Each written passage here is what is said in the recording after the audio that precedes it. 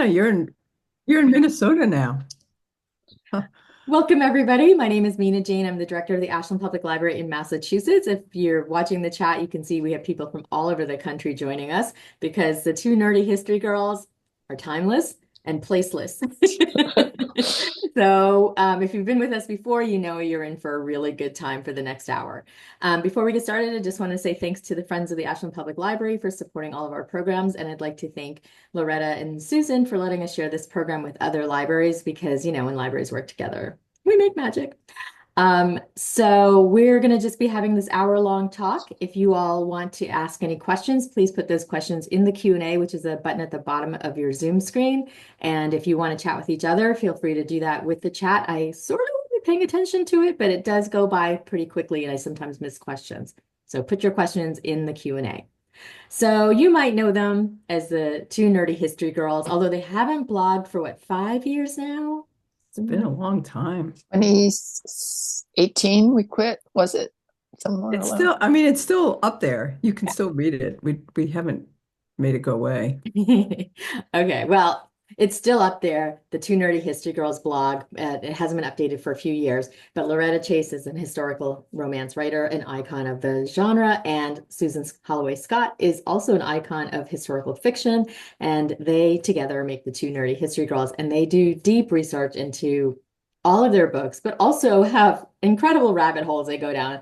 And today we're going to be talking about a couple of them, maybe three, depending on our time. So welcome, Susan, And I have Loretta. cats. Oh, yes. Thank you And for having us. The cats who will never appear except when I do a Zoom thing, and then they're just going to keep appearing. So That is completely fine. Yeah, we've been done, this is our fifth or sixth session, and you guys have been so incredibly generous with your time and your insight. So I'm excited about today's talk because I think we were going to start off with some conversation about people's height. And Susan, I'm going to start with you because you had kind of brought this to my attention. What was this about height back in the day? well, one of the things I think we all sort of think about how people in the past were all really short. And Mina was saying, oh, the doorways are short. People see the beds, they see ceilings are low. And people were shorter, but not as short as everyone thinks they were. And a lot of it depends on diet, on what economic class you are, where you happen to live. If you're working in a city like London that had lots of coal smoke, wood smoke, you would have more health issues and maybe not be as tall as somebody who lived out in the country. But I guess what started this is that I'm going to read my notes so I don't screw it up. Hilary Davidson, who many of you probably recognize that name, who's a fashion historian, is doing research on Jane Austen, on how tall Jane Austen was. And apparently, based on the few surviving clothes that she had that belonged to her, in a time when most women were about 5'2", 5'3", she was probably around 5'7", which seems very tall. But Loretta, I feel like I'm just doing a monologue here. So I looked up what is the average height of women now in the UK and in the US. And the average height of women in the US right now is 5 feet 3.5 inches. That's overall all demographics. In the UK, it's 5 feet 3.5 inches. So it hasn't changed that much. No, so we're talking an inch difference in average height. Of course, this takes into account the fact that you're going to have women who are over 6 feet tall, and you're going to have women who are Because it's 4 an feet 11 average. inches. So Yeah. it's the average, but it's not that big a change. That was the thing I found really fascinating. And she was tall for England then, but she's kind of tall for England now. Yeah. Mhm. So is that the is 5 foot 5'3.5" about, is that's the current average? Yes, the So current average. we don't know what the average back in like the 1850s would be. Well, in the Hillary had said that at the same time as when Jane Austen lived, it was like 5'2", 5'3", so it's almost the same Mhm. for women, which is that's really interesting, Loretta. That everyone thinks that we've grown so much, and clearly we haven't. And it's interesting to me too, because you and I have both read so many of the accounts of travelers who came to the US and marveled at how tall people were, and then how travelers from the US went to England and people there marveled at how tall they were.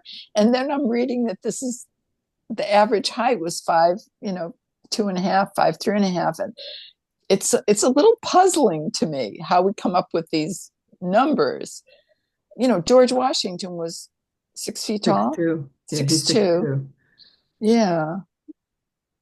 Well, of Well, course, and that's not women, but it's what was it? no, and 5'7" for men was, I think, the yeah, average. 5'6", Yeah. 5'7". And there were back then. I mean, you have Big George is 6'2", but James Madison is only I think like 5'4". Okay. So they're all over the place too. Yeah.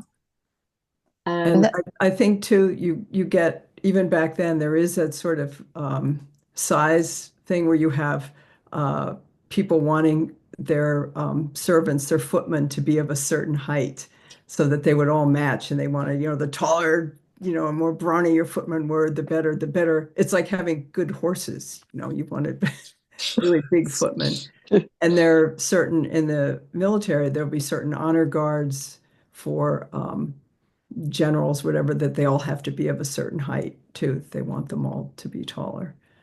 So it's interesting. And then you have the other extreme where if you were a sailor in the Royal Navy, say during the Napoleonic Wars, the golden age of sail, they wanted shorter men because the headspace between the decks was so low that if you were over 6 feet tall, you'd just be hitting your head on the beams all the time. So which again, too, I think is it World War II where they're doing the fighter jets and you couldn't be over a certain height for those too, I think, because you had to be a certain height to fit into the jets. right.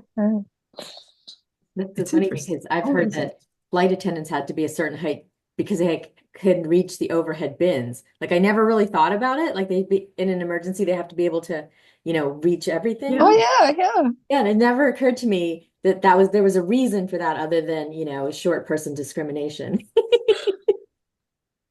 but so often that you sort of take it as that way, but there are reasons for it. Mhm. So yeah, it's interesting. We also were talking about the narrow shoulders, and you had something to say about the narrow shoulders that until the 20th century. Oh, that Um, women just for the most part have gotten, or American women anyway, have gotten broader shoulders over time. And when you look at that was something else that Hillary had said about the Jane Austen dress is that she was tall, but her shoulders were very narrow. And so often when you look at older surviving old clothes, the shoulders are very small for both men and women compared to what they are now.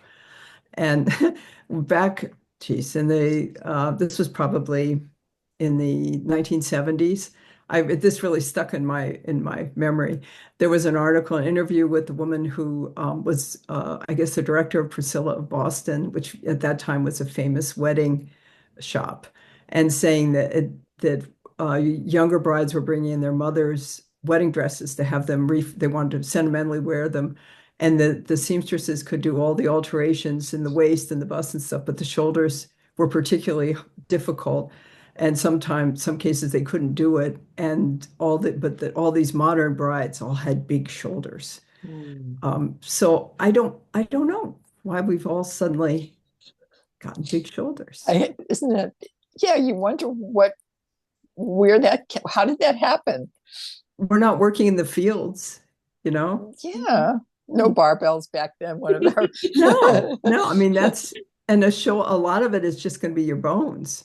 Mhm. Um, and I mean, part of it is going to be fashion too. When you look at like 1940s clothes where they're accentuating the shoulder, so was in to have big shoulders.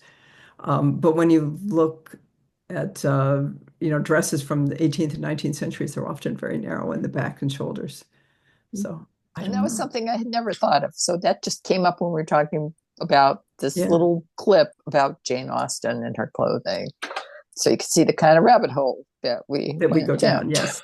Well, I have a couple of questions and comments about that from the audience. Vanessa says she always wondered about height, figured people didn't get much protein. How else have basketball players gotten so tall? We're about to break 8 feet soon, which is just a comment. But also, Roberta asks, why do the 16th and 17th century dresses in the V&A in other museums look so tiny? Ooh, we both know that one. Oh, Do you want? You can take it, Susan. I can take it. Yes, A ma'am. lot of times it's deceptive when you look at how small the dresses are that survive in collections, because in the past, even fancy dresses were remade and reused, and often the smaller dresses had too little fabric, were too small to fit anybody else, so they're the ones that survive. And the bigger dresses for larger people were cut apart, were cut down, were just reused more with more fabric in them. So it's not necessarily everybody was a tiny doll-sized woman, but those are the clothes that have survived. That's what I thought too, is that it's a matter of survival, not size. Not Like, that everybody was tiny, no. right, right. No, but if you have a excuse me, a lot more yardage in a dress for somebody who's 5'7" as opposed to someone who's 4'8", there's just going to be more fabric. Wouldn't it also be that dresses, all clothes got handed down, Handed down. handed down a lot, so that it would be harder for any clothing to actually survive if it wasn't, as it went from like, I'm just gonna queen to lady's maid to, Right. blah blah blah, down to peasants or servants. Is that your understanding, Loretta? Is that hard? Why that some clothes didn't survive? I think that you have a few cases where some treasured dress is going to be kept in the attic Mhm. or stored somewhere.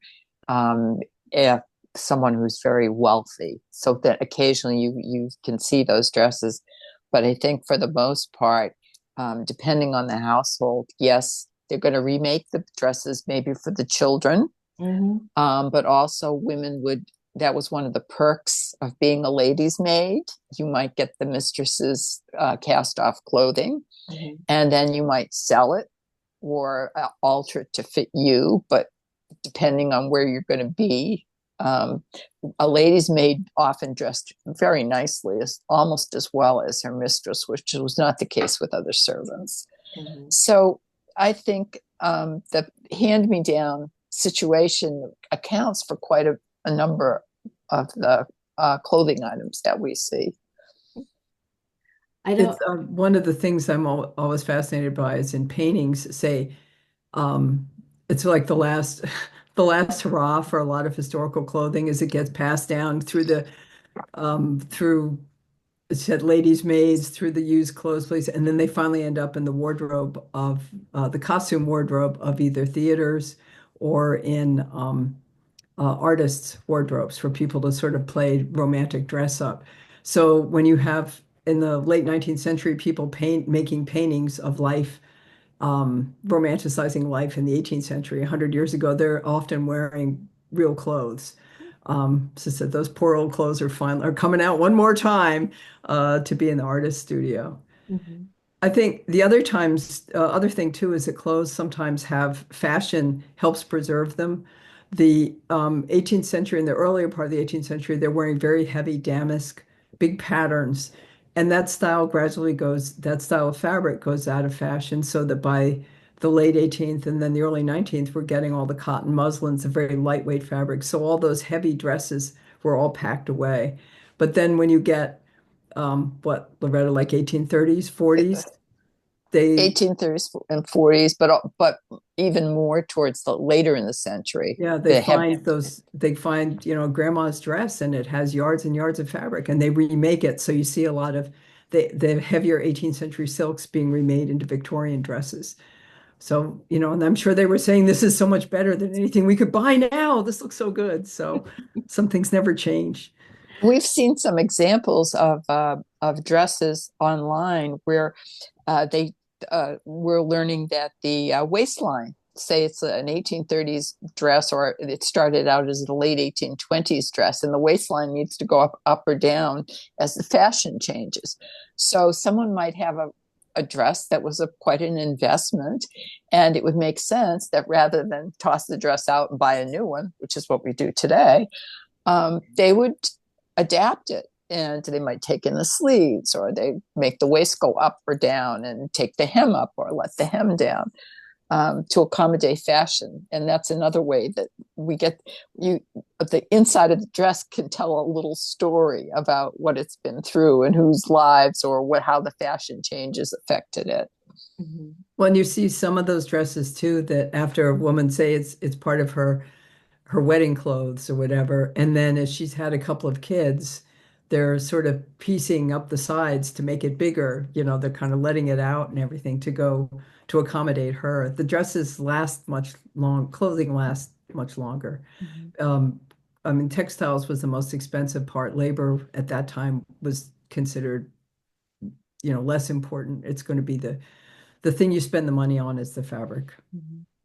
What about when women got pregnant? Did they just let their clothes out? Did they buy new? Did they get hand-me-downs from somebody else who had been pregnant? And like we always hear in like historical romance that that they're supposed to like be like not seen, but I can't imagine that people could not be out and about if they just because they were pregnant. Well, considering they were pregnant all the time, yeah, it'd be really hard. They wouldn't have no society left. All these women were pregnant almost all the time. Oh. It depends on the time period, because a lot of, as I said, I always talk about the 18th century because their dresses could adapt more readily. The waistbands are drawstrings, so there's a lot of leeway in that, and the bodices are pinned. So you put in the stomacher, which is like a separate piece in the two parts. You just keep sort of expanding it out. And you can tell especially in satirical prints, there's always the weeping ruined housemaid or whatever who's dressed the same way, except her apron is sticking way out. She's wearing her apron up high, and so it's short in the front, and that's sort of like, oh, everybody knows. But I think they just primarily were wearing their regular clothes, just adapting them more for their changing figures. They didn't, I don't, at least in the 18th century, they don't really have specific maternity clothes. I haven't seen any examples that I can think of a specific maternity clothes until you get much later. When people have more clothes too. Yeah, because they seem to be wearing the same things as you said, and they're just adapting them. So maybe let out the waist a little, and the way the clothing is made too. They might be pieces inside that you can wear. So you've left more. Why can't I remember the name of it? The seam thing. The seam. Gussets or inserts or whatever. Yeah. So that they could let them out when they were pregnant, and they would, lift the waist a little bit to accommodate. And I'm sure that most women, if they're around the house, are wearing loose fitting, like wrapping gowns, and they're not worrying that much about having a specific maternity outfit. Again, clothes are sort of adaptable to wrapping and pinning and adjusting drawstrings. So they made it work. As Loretta says, they're pregnant all the time. I want to get back to that in a minute, but I have a couple of comments about clothing. Vanessa says, I think Jane Eyre had two dresses, one for every day and one for best like church on Sunday. With all the undergarments underneath, dresses were more like coats, but eventually they would wear out. Is that true? Like that the undergarments helped with the outer layer being more preserved? Well, because you wouldn't be laundering the outer layer.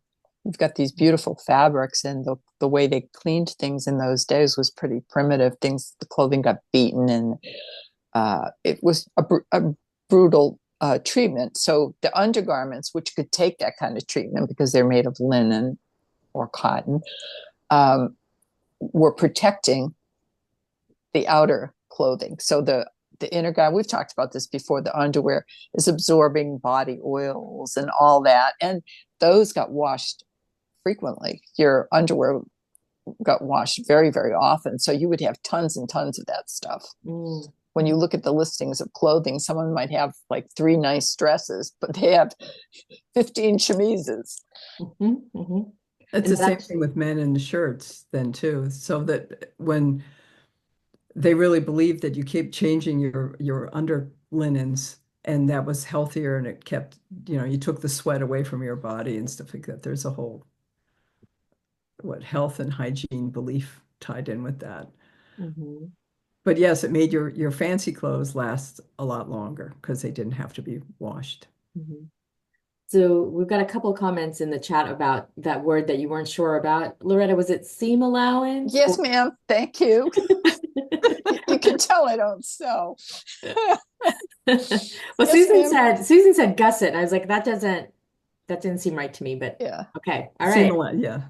Amantha for the win. And Okay. also the dresses are made uh that what we tend to think of things being beautifully made, but often the earlier dresses are made with very they're intended to be remade and they're great big stitches. It's really easy to rip them out and to alter it. It's not a hard, Mhm. not I difficult. was shocked when I found that out about silk dresses when we were at Colonial Williamsburg. And one of the dressmakers was showing me the big basting stitches that they used on these garments. And uh, and I said, wait, but this is expensive stuff, and you're making these big stitches. Yes, because it's really easy to take it apart, and they might put a different top with a different skirt. Mhm. Um, so I could talk about this in terms of other things, but our ancestors by and large made better use of things and reused things. It was not the throwaway culture that we live in. Yeah. But would you agree that the outer layer, was not washed brutally as much as the inner layers, and that's why the outer layers might have survived better? They were being protected from all the like Yeah, they perspiration. could be a reason. Yeah, they're not going to deteriorate from Mhm. the same way. And April asks, was there a specific time period when women changed their clothes several times a day? That Uh, comes. Do you want to go for that one? Comes I'm later. thinking later. Later. It also depends so much on your economic status. Um, that most people would not have changed their clothes that much in the course of a day. But if you were a wealthy woman and you had specific things that you had to do, I think it's more in the 19th century where it sort of evolves Yes. to having this is a morning dress and a luncheon dress and a tea dress and the dress for dinner and a dress for a ballroom. I think that's later when people in general are getting more clothes, right, There's Loretta? that, and also this came up recently. I think Candace Hearn mentioned this, that there one great example of a dressmaker was Mrs. Bell, and most of the fashion books that I have are her creations. And she evidently invented these things like names for types of dresses, so that people would wear more dresses in a single day. The ones I have primarily are your morning dress, which is your casual stuff that you wear at home. Um, but you could also wear certain types of morning dress outside. And then you have like a promenade dress or a carriage dress. And then you'd have the much more elegant, fancy, wonderful fabrics of ball gowns for evening wear. Um, but the time when they start changing their clothes like 5 or 6 times a day, that's more, I think, in the later part of the 1800s, when you get more towards the Gilded Age, Mhm. Mhm. where Yeah. they're changing for every single different thing that they do. Yeah, I mean they're showing off their wealth, and it's also by that point they're sewing machines. So Mm. everybody is sort of has more clothes because it's easier to make them. There's also, specific clothing like in my time period with the riding habits, which are kind of not just for riding, they sort of become like casual sportswear. Like if you're going to go shopping, if you're going to go out walking or whatever, you wear, if you're traveling in a carriage, you're wearing a riding habit too. So that would be a specific um, costume, I guess. And they adapt that later for day wear. The Reading coat, Yeah. the dress that buttons all the way down the front, is has got the idea from the riding coats. And it's all adapted for menswear, so it's sort of perceived to be more functional, less frou-frou. So Fruit, fruit. Okay. I want to go back to my question about pregnancy, though. Somebody mentioned that it was called confinement. Did that actually happen? Did people actually women stay confined for a certain period of time at the end of their pregnancy? I think, wasn't that about the time that they were getting, yeah, right towards the end, I would think right when they were about to go into labor. Hmm. Because they'll say things like her confinement is approaching. So she's mhm. coming near the end. Well, and after you had the baby, you would often get like a month to, again, depending on your class, um, you would have a month that you were, recovering, and your friends and neighbors came and took care of you, and, you had girl parties. But, and so there's that. But I think for the most part, women just kept going about their business until they were too uncomfortable not to do Hmm. it. Right, Loretta? Yes, What's your sense? I mean, that's we're the not experts on that. That's all right. You guys are experts on a lot of stuff. Well, no, we, Um, well, I'm we just fake it. figuring that if there's so many women are pregnant during so much of their lives, I just don't see them staying out of not doing anything, just staying home all the time, the whole time that they're pregnant, because that would mean that they were confined to their house for most of their lives, most of their childbearing years. mhm. And that doesn't make any sense to me.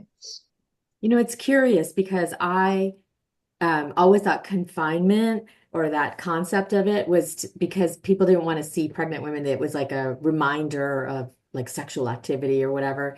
But as I got older, I realized it's because they want to take care of the woman. Like the woman doesn't have to be uncomfortable in public. They can have their baby and spend some time with them. So I think confinement now as an older person, I'm like, that's all right. Well, that whole idea, I see somebody is talking about it. Yeah. Margot is talking about this the 6 weeks afterwards. And that makes so much sense that you would get that break. Now, we're coming to the point where a normal childbirth is going to be a outpatient that you don't get to have any time at all. And I remember my grandmother saying that she had 3 weeks in the hospital where everybody came to her and did all this, that took care of it so that she didn't really have to do any childcare. And Mhm. now you're just dumped into it. Yeah. 24 hours later, you're home. And I Yeah. think it'd be nice if we could go back to that. Yeah, Well, the it first would three be weeks, nice. sorry. It would be nice. Yeah, because that first 3 weeks is sort of terrifying, It's like especially the horrible, first especially for a kid. first baby Yeah. and I think that a lot of women now don't have that kind of support group of neighbors and friends and church members and all those other people who'd come and look into you. You don't have that. You're just on your own looking at YouTube videos at 3 in the morning. So Yeah. Yeah. it's not Thinking good. something's wrong with you. I want to move on to, we have a couple of questions in the Q&A that we've covered in the past. So I'm going to wait until sort of the end to see if we have time Okay. for them. But I do want to ask you about wigs because wigs were really big, like the actual wigs, not the WHIG. Mhm. Um, they were pretty big for both men and women at certain periods of time. What was that about? Was it because of lice? No, the wig thing. Um, the wig wearing starts around in the 17th century and in part because some, it was a style to have very long flowing hair, and a lot of men couldn't come up with that. And so I think it's Charles II and Louis XIV are both wearing wigs, so everybody copies them, and it becomes a status thing to have the long wigs. Women on the whole don't wear wigs unless they have lost their hair. May wear hair pieces, But all those, for the most part, those 18th century, the big towering ones like you see in Bridgerton, like the Queen wears, that would have been mostly your own hair with cushions inside it to hold, to pad it all out. And then hair pieces if you needed to augment it. But they're not wearing the wigs. 18th century men are wearing wigs with their hair cropped like a crew cut underneath. And again, that's just a status thing to show that you can afford to buy the wig. And most men did not have enough hair naturally to do all the curls and styles and things like that. So it's fashion.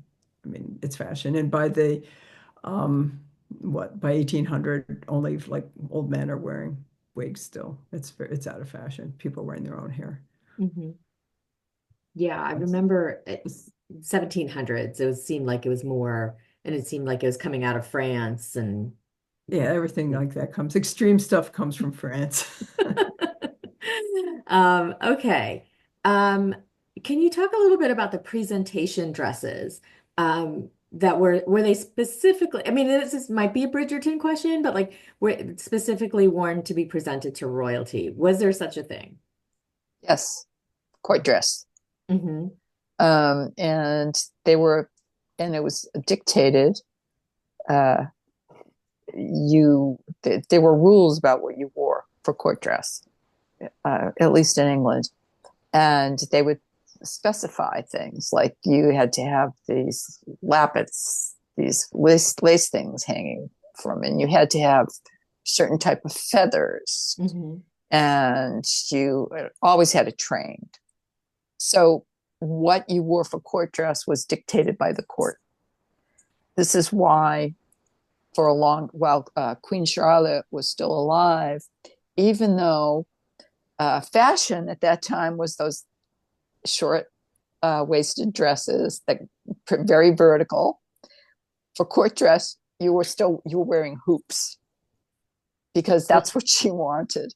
And so they were adapting what was currently the fashion, which was that empire waist, that high waisted style with these big hoops sticking out. I had a great time with that style when I was writing Don't Tempt Me. And that didn't stop until after Queen Charlotte was dead. But the court dictated what you wore for court presentation. And sometimes they had to scold people for not dressing correctly.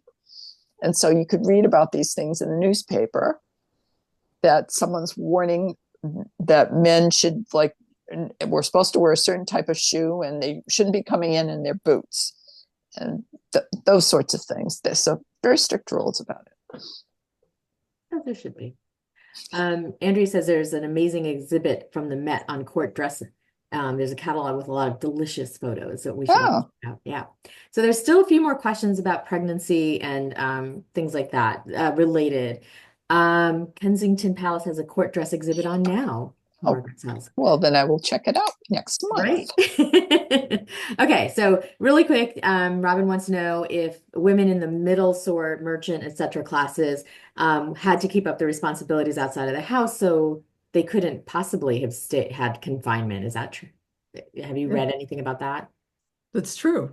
I mean, if you had to go out and you're going to the market and doing various things, and you weren't going to, if you were working, there's an awful lot of working women. There are historic tradespeople, women working in almost all the historic trades. That's what I'm trying to say. So yes, they're not going to be, if you're a tinsmith, or a seamstress or a silversmith, you're going to continue to work. You're not going to stay home. You can't afford to do that. So yes. A little follow-up question to that, or a little comment. Only ladies had confinement, right? Working women kept working. I figured if ankles are scandalous and big baby bellies would also be. If men don't like seeing it, they got their way, and young ladies know nothing of marital relations. I don't know. I don't know about that. Like, it doesn't seem, as you said, Loretta, people were pregnant all the time. So yes, yeah, that's not. Your mother's been pregnant, for all the time you've known her. So you're going to know something that. Yeah, it's not. Yeah. Okay. All right. Let me move on to this question, though, because I think it's really interesting. Lisa asks, can you speak about birth control at the time? At what point did any we know when like the pill and things like that came out, but like when were people starting to use birth control, and was it really regulated by like men, or what was happening there? Well, we This have is looked at caricatures, satirical prints, and other images of, for instance, of Casanova with a, was it a condom, Susan, or is it's a it a condom, yeah, dildo? but it's Oh, mostly the fabric condoms. They're made out of silk or they're made out of like sheep gut. yeah. And it starts out, it's primarily the men using it with prostitutes. It's not Not birth family control. planning at home. Yeah, it's And I think venereal a disease. lot of nicer women would be very put off by it. Did Um, they work? A cloth one doesn't seem like it would work that well. Probably not. No, Hmm. And what period was that around for? That's 18th century, but they're doing it more to as a thinking it's going to prevent disease with Mhm. if you're having sex with an unclean woman rather than as a birth control thing. I think most stuff is later on. they didn't understand ovulation. No.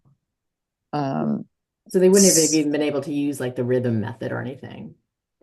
not well, it depends on who it is and it depends on when it was. But I remember reading in one of my books on women and birth that there was a couple that like kept having, the woman kept getting pregnant and they were like despairing because they had so many children and they didn't understand why they kept having so many kids. um, so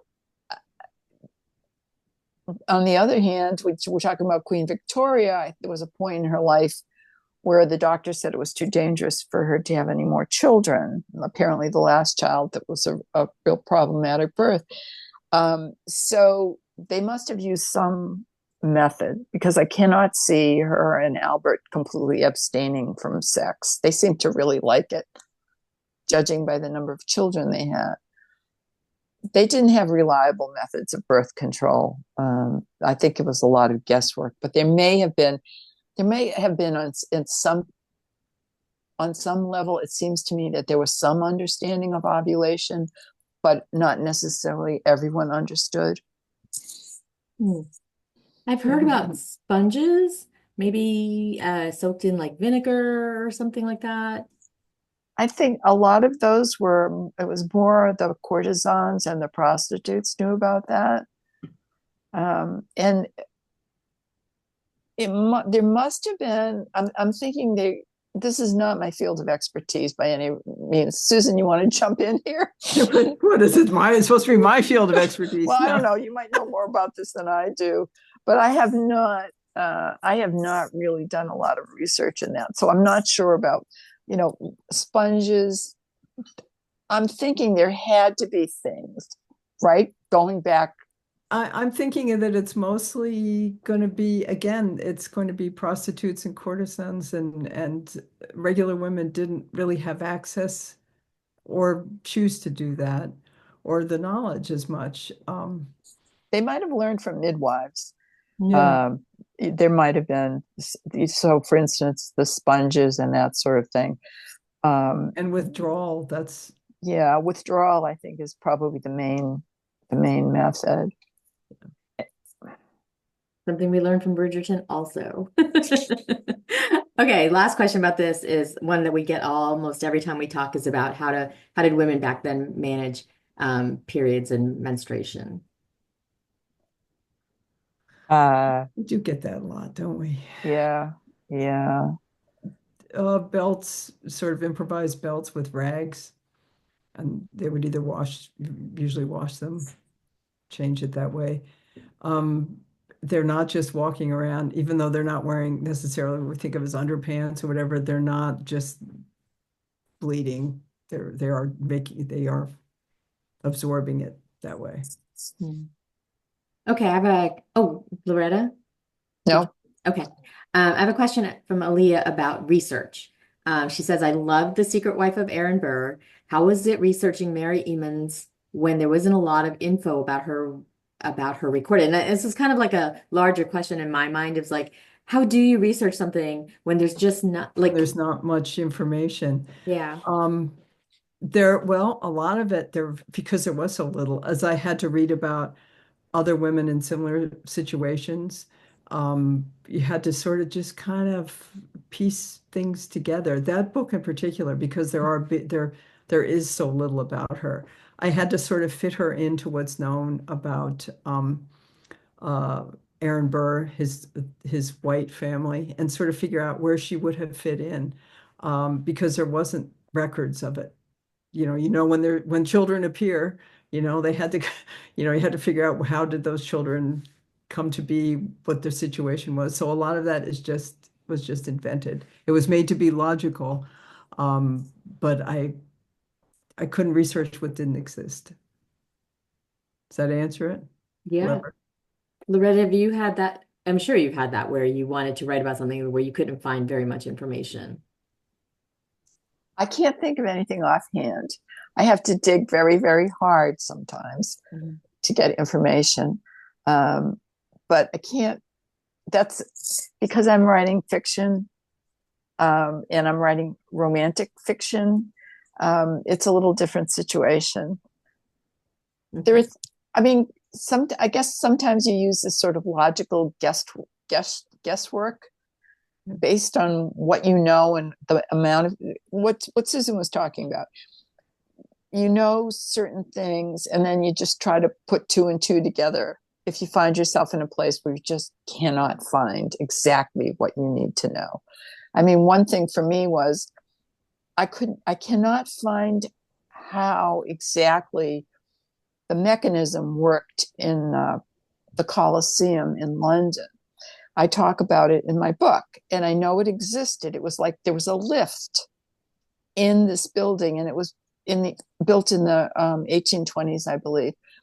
So my characters are there. It's the 1830s, and they're in this thing that's a lift. Well, I don't know how it works. All I know is it exists because I've been reading about it. So those kinds of things, you just find a little workaround uh, Mhm. when you're writing the story. You Well, this put is as one, much as you know, right? And yeah. then But it's one of the joys of writing fiction rather than nonfiction. We can just sort of go off on tangents. And we can say, even if there's something, as you say, that it existed and it had to do, they had to get in there and do it. That, your imagination will fill in what it sounded like, how they did it, how many people were involved. I mean, you can sort of pad it out. I've found when I do have the luxury of a letter or something, but often they don't tell you that much. They just say, we did this, we went there, and you have to sort of think about what all that involves. Thinking about the Martha Washington, the first time when she goes to a military encampment, it's in Boston during the siege of Boston, and there's cannon fire. And the only letter that survives just says, "Oh, it was so loud and scary." Oh, it's kind of like that. That's it. And instead, so I had to imagine if you're the first time coming from Virginia, a genteel Virginian upbringing, you're not used to hearing cannon fire day and night going on from a siege, and how terrifying that would be the first time you heard it, and how, if hearing that nonstop, you're going to end up with some sort of a traumatic response to it. So I have her, and there's no basis for this, but throughout the rest of her life, then I have her not liking fireworks. I don't know if that's true or not, but there's going to be lots of shows of fireworks and things, and as military displays and showing off for her husband and stuff. So I just sort of made her, based on that one experience, through the rest of her life, not like fireworks, that they unsettle her. And I think that's the kind of thing, as I said, I don't have any record of that, but it's sort of fitting it together. And we write fiction. We can make make things up as long as it's logical. I'm not going to send Martha Washington to the moon or something, but That would be a different kind of book. For yes. sure. Um, I kind of wanted to spend some time on something that we were talking about before, and I will get to April's question about research in a second. But we talked about like people having large families, and I had kind of not really thought about why they had large families. Like you had said, it was because they didn't have birth control, but I thought it was because kids died so easily back before, you know, uh, with plagues and before vaccines and things like that. So what was the lifespan of people like in the 17th and 18th century, and what affected it? I can't say offhand. All I can say is I look at the bills of mortality for London, and there's quite a range. The majority of the deaths are kids. But the interesting thing I found was how many people lived into old age. Hmm. And we're talking 80s and 90s. Um, it seems to me, just generally speaking, I'm getting a sense that tend to see more in this people dying in their 60s. If they survive to adolescence, they're usually going to survive, unless there's some terrible thing that happens, like an influenza epidemic or some other kind of epidemic. But it also depended on your class a great deal. So the upper classes are going to have overall longer lifespan. Um, but I think the main thing with when you're looking at how long they lived, you've got to factor in the idea that the kids died. And a lot of that has to do, not all of it, but some of it has to do with very bad birth practices, which these days we're discovering had quite a bit to do with the shifting of birth from being something that the women were in charge of, the midwives, and then male physicians started taking over. And male physicians, because they were working in other places, like they were dealing with dead bodies and disease, etc., and not washing their hands because they didn't know about germs, that's responsible for a lot of death in childbirth. And it's also responsible for how many women are dying young. So, I mean, it's just, a lot of it's just health practices. Mhm, mhm. I think it's like it's a very high rate of infant and children mortality. And then there's a period of your like adulthood. If the women survive childbirth and men survive war and work accidents. So if you make it to, as Loretta said, if you make it to 60 or 70, you're a tough old bird. And then they live to into their 90s. But the most perilous part is childhood and infancy. And I think about that now as a grandmother, looking at all these things that get diagnosed and get more penicillin, get more amoxicillin, we here's this or that. And I think how perilous it would have been for little children that the parents couldn't do anything. Things that now are nothing would just kill them left and right. And we were talking earlier about measles. There are some just horrible letters where people have a family, say, of 8 kids. And I'm thinking about one, I wish I could remember the man's name, but he's in He Boston. was a preacher, right? A Yeah, minister, and yes. he's writing a series of in his I guess it's in his diary, his journal, and about how the measles is in the next town and then it comes to their town. And progressively, all of his children, his wife is pregnant. She goes into labor. She gets measles. She goes into labor early. She dies. The baby she delivers dies. All their other children die. And he's left by himself.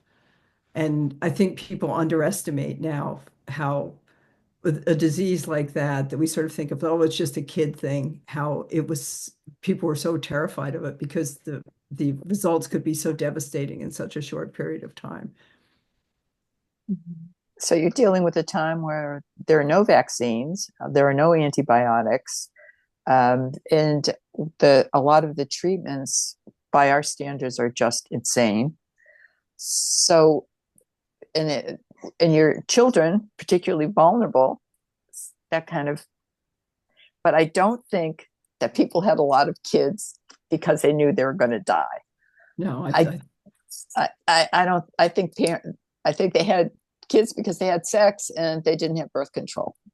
yeah, I think that's more, I don't think they were doing the heir and a spare thing. They just had a lot of kids.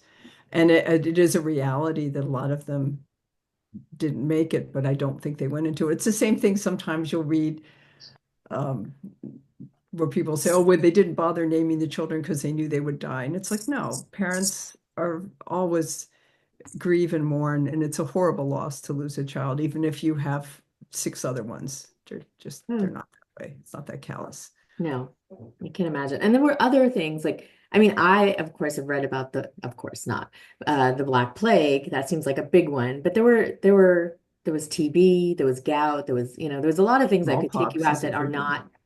not, as prevalent now. Um, but did they have, maybe this is getting too into the weeds, but like at what point were there scientists that were like, oh, we can make vaccines, we can do something about this? Was it like really in the 18th century, around or 19th century that It's started happening? 18th century, they finally have figured out that you can do smallpox vaccinations and inoculations. And there is, I think the current theory is in New England where smallpox, like a lot of places, would just wipe out enormous numbers of people. They credit an enslaved servant of a Harvard, again, I'm not going to remember names, of a Harvard professor.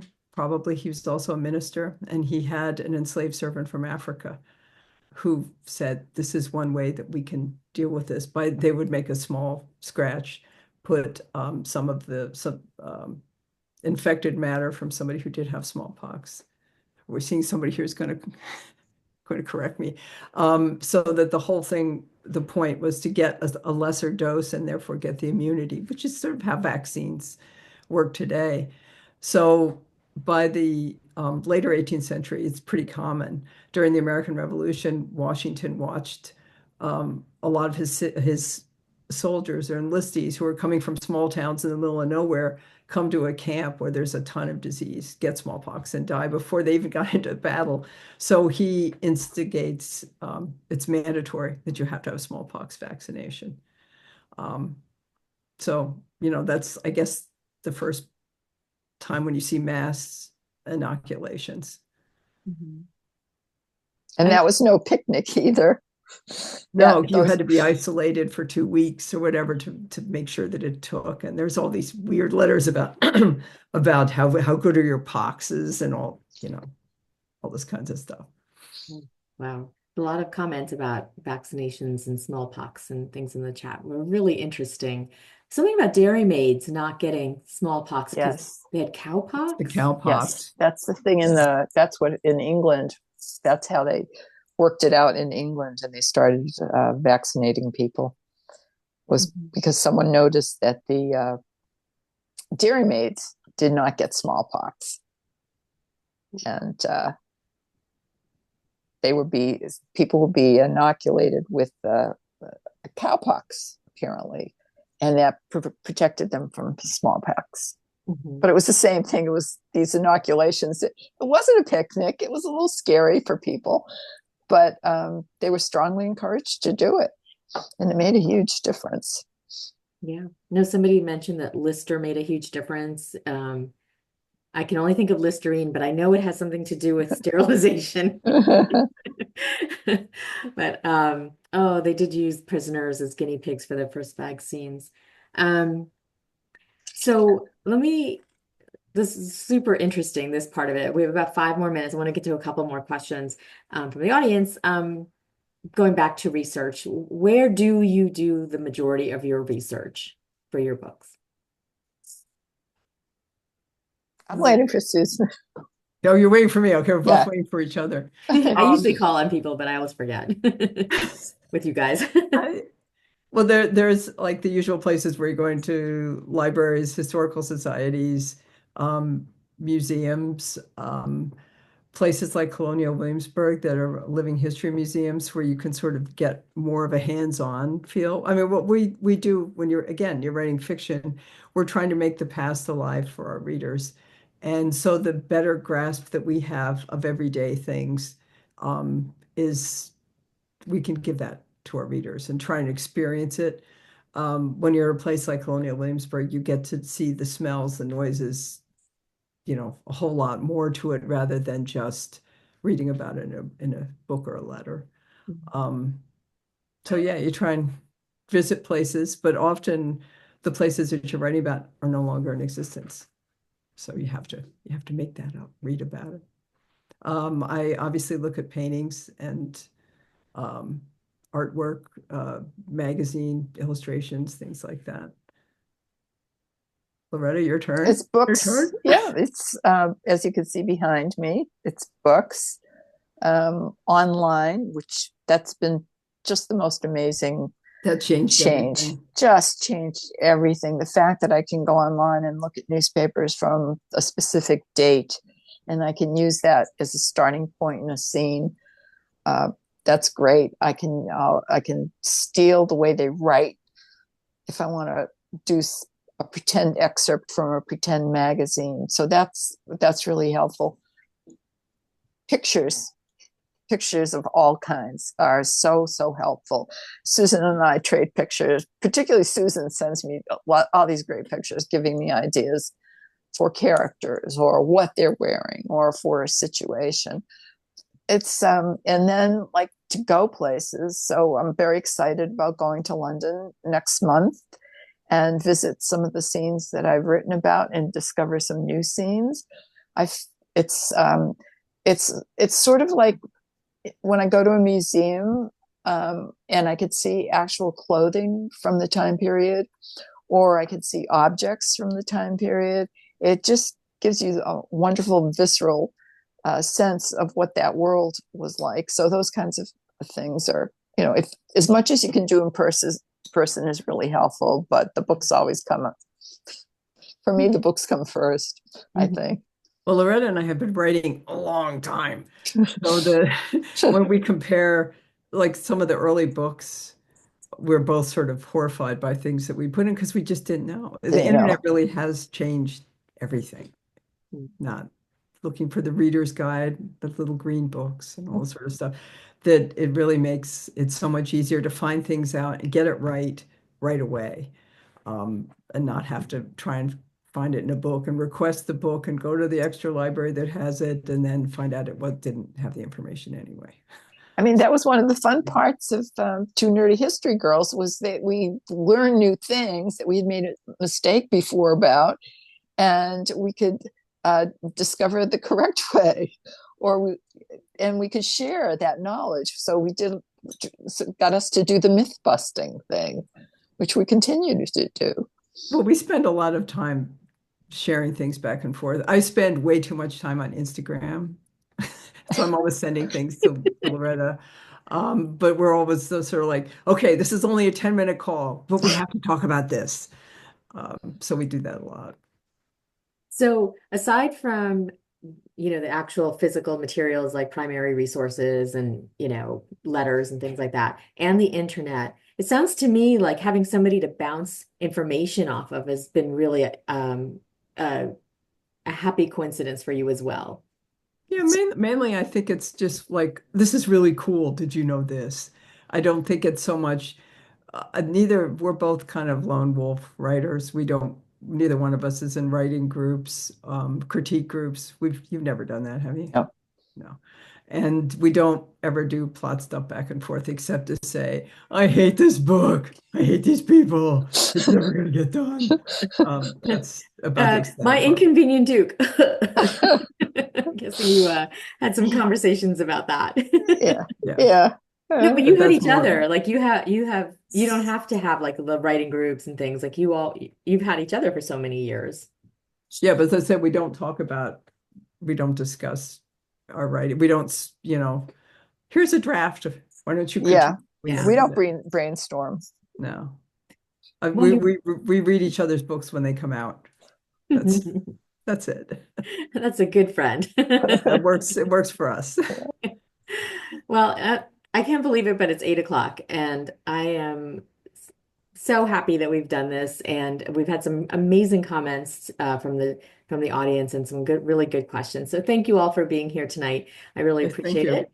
And Loretta and Susan, I always look forward to this. I'm hoping that we can do it again. Maybe not in a year, maybe in like 6 or 8 months. We will. That'll be You know, we'll great. be back. We'll be I back, know, of yeah. course. Now that I've discovered you, I just can't let it go. Well, it's fun for us, so Yeah. we enjoy it. Good, awesome. I'm so glad because it can't just be me. And obviously, the attendees, as you can see from the emojis, are having a Oh, yeah. Yes, we love flying hearts. who doesn't? All right. Well, happy reading, everybody who's been here, and happy writing, Loretta and Susan. Thank And you. I'm sure I'll be in touch with you all And soon. thank you so much, Mina, for putting this Yes, thank together. you. Yes. Oh, I love it. It's like candy for me. And we weren't on the Vince Lombardi rest stop either. That's right. That's a long story. I'll tell you all some other day. Good night, everybody. Good Good night. night.